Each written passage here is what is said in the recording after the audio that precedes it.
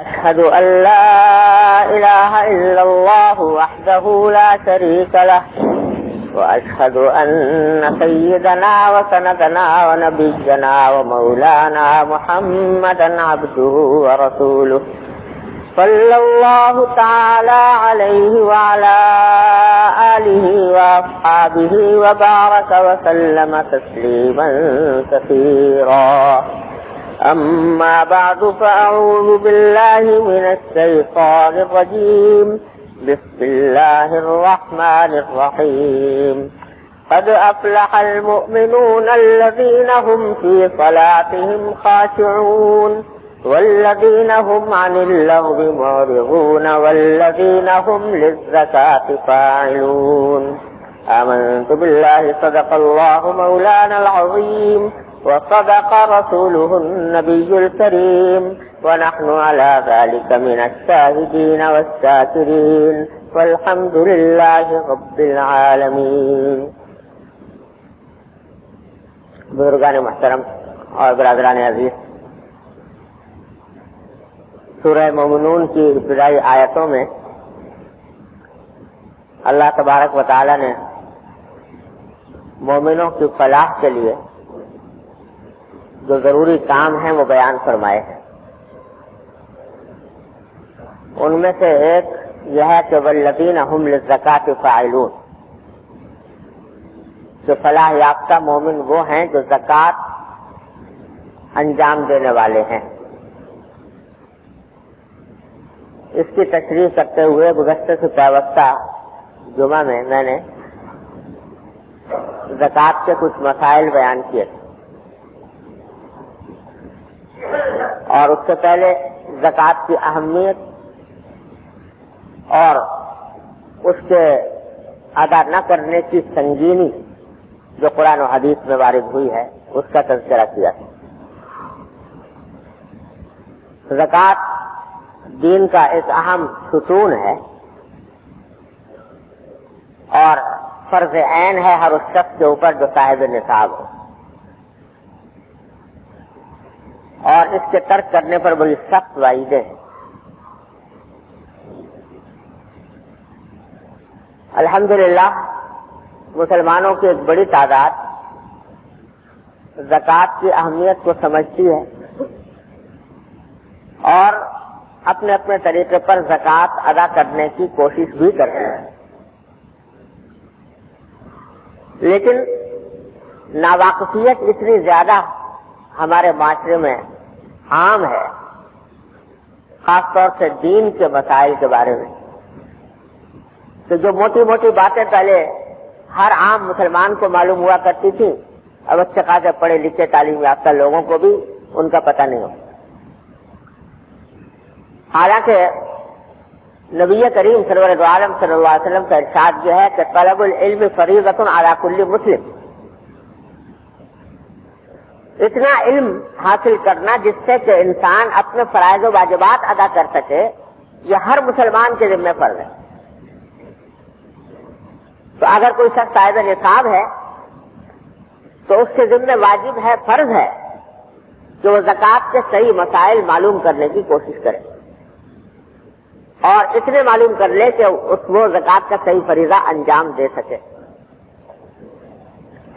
الحمدللہ اردو زبان کے اندر بھی کتابیں موجود ہیں، چھوٹی بڑی مختصر مفصل ہر قسم کی کتابیں علماء کرام نے لکھ کر شائع کر رکھی ہیں کہ اگر آدمی چاہے تو ایک دو نشستوں میں پڑھ کر وہ مسائل جان سکتا ہے.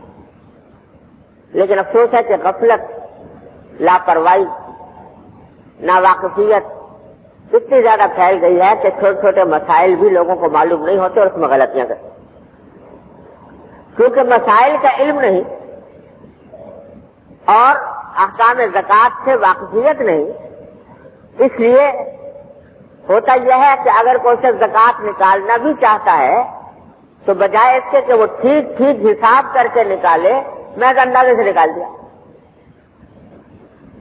اندازے سے زکوٰۃ نکال کے فارغ ہو گئے، سمجھے کہ زکوٰۃ ادا ہو گئی.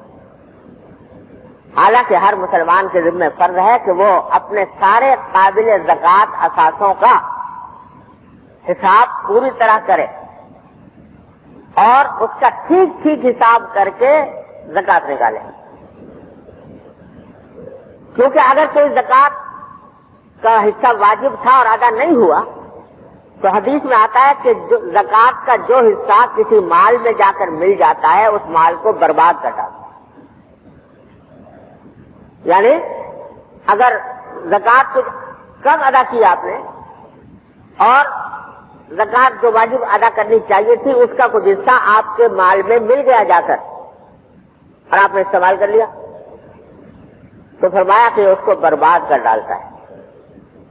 آخرت کی بربادی تو یقیناً ہے ہی, دنیا کے اندر بھی بسا اوقات اس کے نتیجے میں بے برکتی, تباہی, بربادی, نقصانات, خدا جانے کیا کچھ پیدا ہوتا ہے.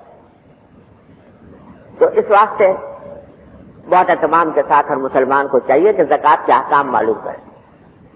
ایک چھوٹا سا رسالہ ہے میرے بڑے بھائی حضرت مولانا مفتی محمد رفیع عثمانی صاحب دعوت برکاتہم کا چھوٹا سا رسالہ ہے احکام زکات کے نام.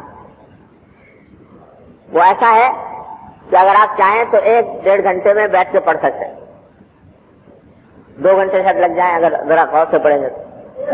اس سے زیادہ نہیں, اس سے زیادہ کا نہیں ہے, لیکن کم از کم اس میں بنیادی معلومات کس پر زکات فرض ہوتی ہے, کن شرائط کے ساتھ فرض ہوتی ہے, کس طرح سے ادائیگی کرنی ہوتی ہے, کس کو دینی چاہیے کس کو نہیں دینی چاہیے, یہ ساری تفصیلات اس میں موجود ہیں.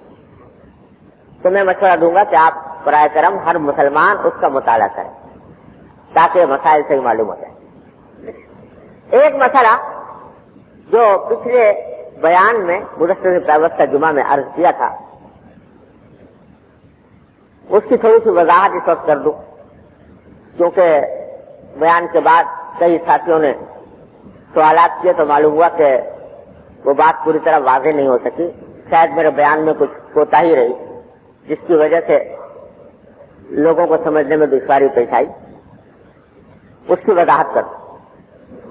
میں نے یہ عرض کیا تھا کہ زکات ہر انسان کا الگ کے اوپر الگ فرض ہوتی ہے. جیسے نماز ہر ایک انسان کی الگ ہے, ہر ایک انسان کو الگ پر زکات وہ نماز واجب ہوتی ہے. ایک آدمی کی نماز دوسرے آدمی کی نماز کے لیے کافی نہیں ہو سکتی. اسی طرح زکات بھی ہر ایک انسان پر الگ فرض ہوتی ہے اپنے, اگر وہ صاحب نصاب ہے. اگر بیوی کی ملکیت میں نصاب کے برابر مالیت موجود ہے, زیور ہے, سونا چاندی ہے, نقدی ہے 52 تولے چاندی کی مقدار کے برابر, تو اس کے اوپر زکات فرض ہو جاتی ہے. اور بعض لوگ یہ جو سمجھتے ہیں کہ گھر کے بڑے آدمی نے اپنی زکات نکال دی تو سب کی ادا ہو گئی, یہ بات درست نہیں. لیکن اب یہ وضاحت کر رہا ہوں پچھلی بات کی, لیکن واجب تو ہے فرض کرو گھر کے 3 افراد کے اوپر, ہر ایک کے اوپر الگ الگ فرض ہے, ہر ایک کی ملکیت پر الگ الگ فرض ہے.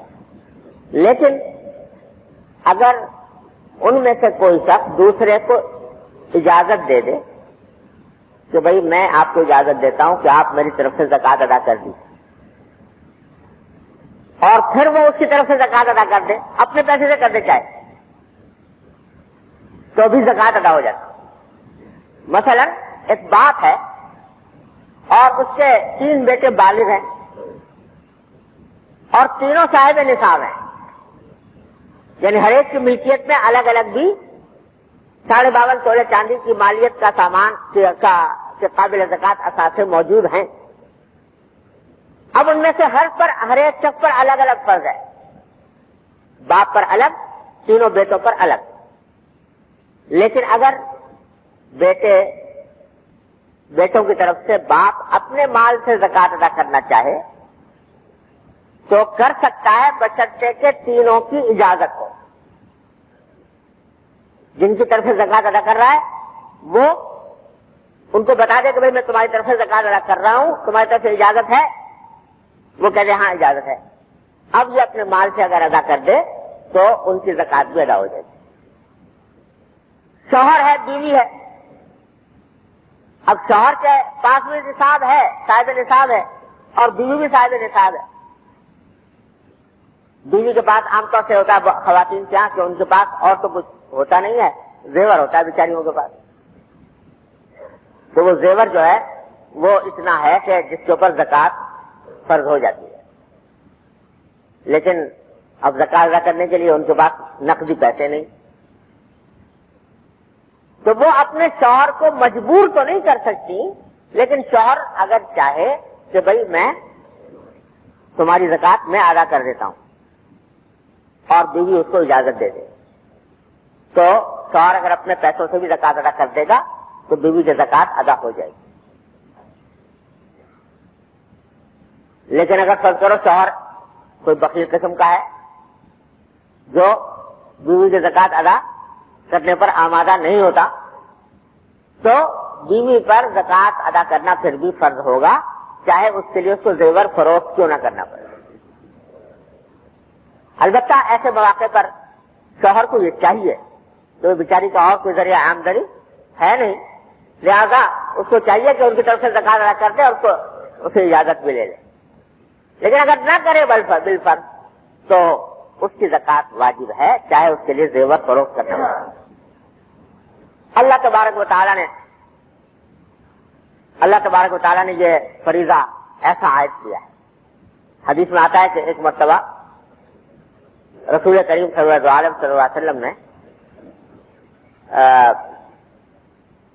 گھر میں تشریف لائے، حضرت عائشہ صدیقہ رضی اللہ تعالیٰ عنہا کو دیکھا تو ان کے ہاتھ میں کچھ انگوٹھیاں نظر آئیں چاندی کی. تو آپ نے حضرت عائشہ سے پوچھا کہ بھئی انگوٹھیاں کہاں سے آئیں؟ تو حضرت عائشہ نے عرض کیا کہ رسول اللہ میں نے یہ کہیں سے حاصل کی ہیں اور یہ سے ہیں تاکہ ذرا یہ اچھی لگتی ہے دیکھنے میں، تو آپ کو بھی دیکھ کر خوشی ہوگی، اس واسطے میں نے یہ حاصل کر لی. تو حضرت عائشہ سے آپ نے فرمایا کیا تم اس کی زکوٰۃ نکالتی ہو؟ زکوٰۃ نکالتی ہو؟ حضرت عائشہ نے عرض کیا کہ نہیں یا رسول اللہ اس کی زکوٰۃ تو نہیں نکالی. تو آپ نے فرمایا کہ اگر تم یہ چاہتی ہو کہ اس کے بدلے میں آخرت میں تمہیں آپ کی انگوٹھیاں پہنائی جائیں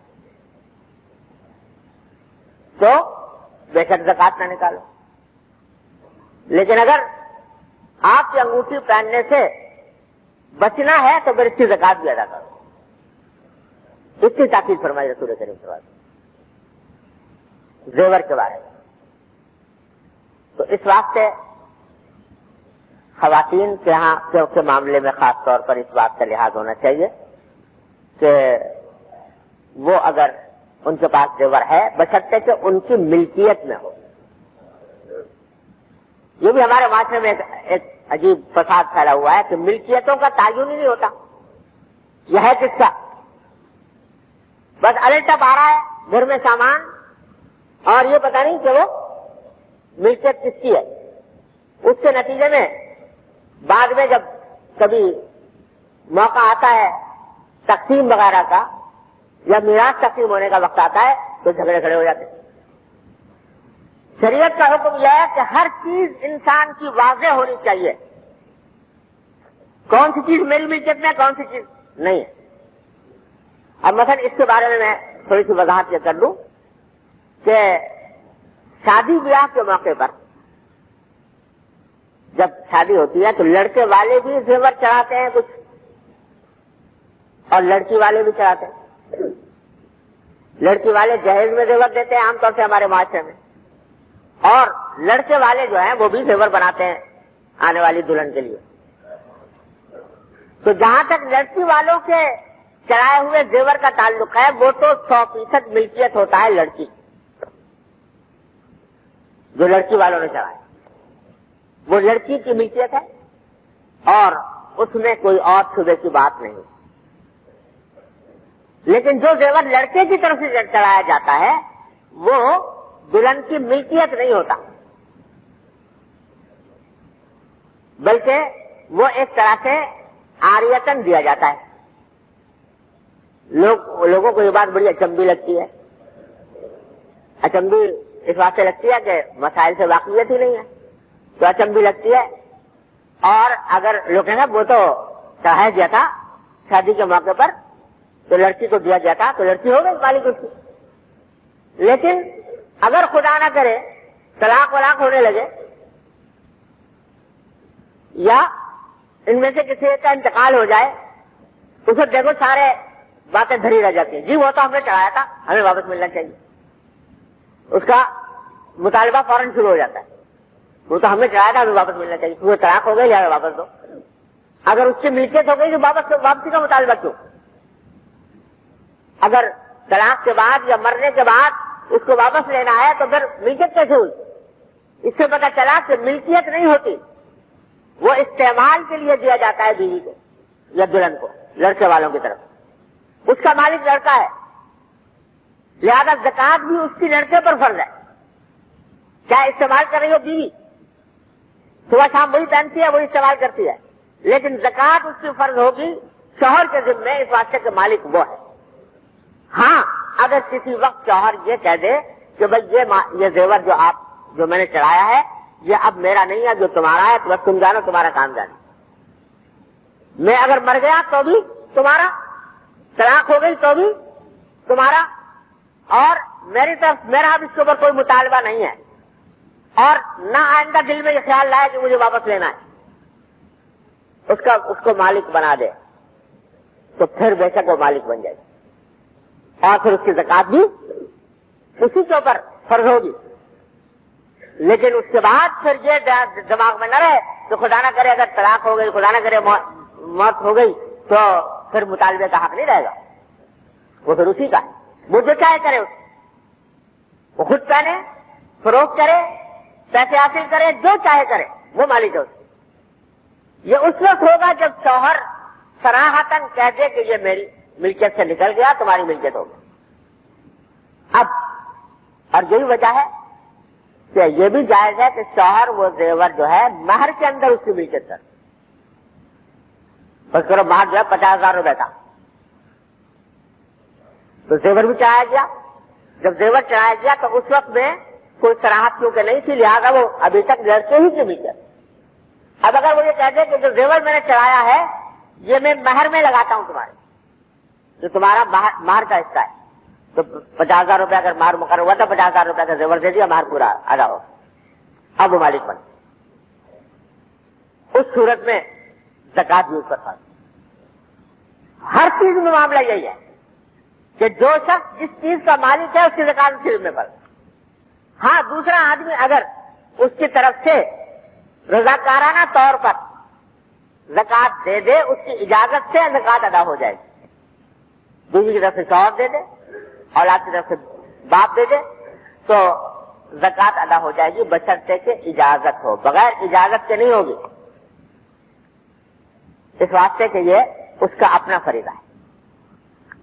تو بھائی یہ میں نے ایک چھوٹی سی مثال دی اس بات کی کہ زکات کے جو احکام اور مسائل ہیں ان سے ہمارے معاشرے کے اندر ناواقفیت بہت پھیلی ہوئی ہے. اس کی وجہ سے یہ ہوتا ہے کہ زکات ادا کرتے بھی ہیں لیکن بسا اوقات صحیح طریقے سے ادا نہیں ہوتی, اور زکات کے ادا نہ ہونے کا وبال اپنے سر پر باقی رہتا ہے. اس لیے کر رہا ہوں بار بار کہ بھائی خدا کے لیے ایک بنیادی مسائل ان کو سیکھو. اللہ تعالیٰ نے کوئی مشکل کام اس لیے نہیں بنایا کہ سارے انسان کے جتنے اثاثے ہیں ان میں زکات واجب ہوتی ہے صرف یا تو سونا چاندی پر, نقد روپے پر, یا سامان تجارت پر. ہر وہ چیز جو بیچنے کی غرض سے خریدی گئی ہو اس کے اوپر. اور باقی جو استعمال کی اشیاء ہیں گھر میں, گھر کا فرنیچر ہے اس کے اوپر زکات نہیں, گاڑی ہے گھر میں اس پر زکات نہیں, رہنے کا مکان ہے اس پر زکات نہیں, گھر میں جو استعمالی برتن ہیں ان کے اوپر زکات نہیں. ہاں جو بینک بیلنس رکھا ہوا ہے اس پر زکات ہے, جو گھر میں پیسے رکھے ہیں اس پر زکات ہے, گھر میں سونا چاندی یا زیور ہے اس کے اوپر زکات ہے، اور جو چیز بیچنے کے لیے خریدی ہو، کسی نے پلاٹ خریدا ہے کوئی زمین کا بیچنے کی غرض، اس غرض سے خریدا کہ یہ جب ذرا قیمت بڑھ جائے گی پھر بیچوں گا، اس کی مالیت پر زکات۔ لیکن اگر اس نے خریدا ہے کہ کسی وقت مکان بناؤں گا خود رہوں گا اس میں، اس پر زکات نہیں، اس کی مالیت پر زکات نہیں۔ تو اللہ تعالیٰ نے آسان معاملہ رکھا ہے، زیادہ مشکل نہیں ہے، لیکن ذرا سا سمجھ لینے کی ضرورت ہے۔ اللہ تبارک و تعالیٰ اپنے فضل و کرم سے، اپنی رحمت سے ہمیں دین کے اس ستون کو صحیح سمجھنے کی بھی توفیق عطا فرمائے اور اس کی ٹھیک ٹھیک ادائیگی کی بھی توفیق عطا فرمائے۔ وآخر دعوانا الحمدللہ۔